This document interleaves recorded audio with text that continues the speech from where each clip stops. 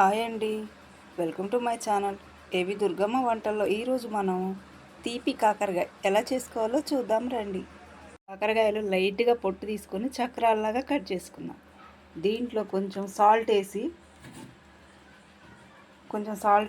ఒక 5 నిమిషాలు ఆగిన తర్వాత వాటర్ వస్తాయి. ఆ వాటర్ మొత్తాన్ని తీసేసి అప్పుడు మనం ప్రాసెస్లోకి వెళ్దాం.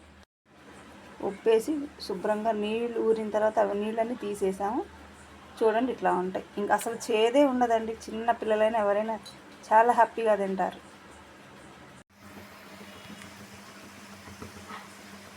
పోపు వేసుకుంటాం. జీలకర్ర ఆవాలు వేసుకున్నాక ఉల్లిపాయ ముక్కలు వేసుకుంటాం. కరివేపాకు. చూడండి, వేగిపోయిన తాలింపు ముక్కలు వేసుకున్నాం.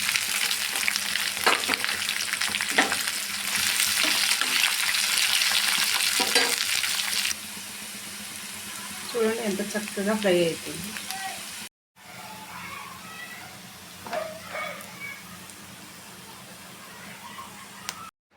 చూడండి ఎంత చక్కగా ఫ్రై అయిపోయిందో. ఇప్పుడు బెల్లం వేసుకున్నాం. చూడండి, తురిమిన బెల్లం.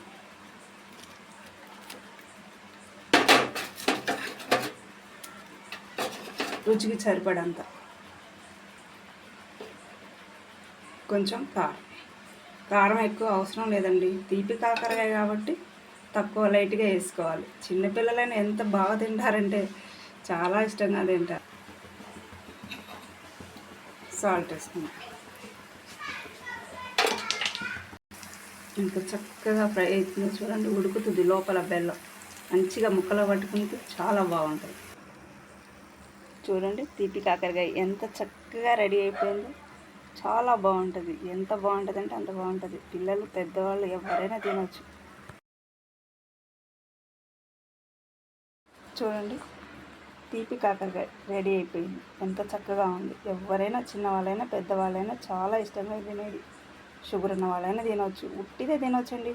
రైస్లో అవసరమే లేదు. డైరెక్ట్గా కూడా చాలా బాగా తింటారు చిన్నపిల్లలు. మీరు కూడా ఇలాగే చేసుకోండి. ఈ వీడియో నచ్చితే లైక్ చేయండి, షేర్ చేయండి, సబ్స్క్రైబర్ చేసుకోండి.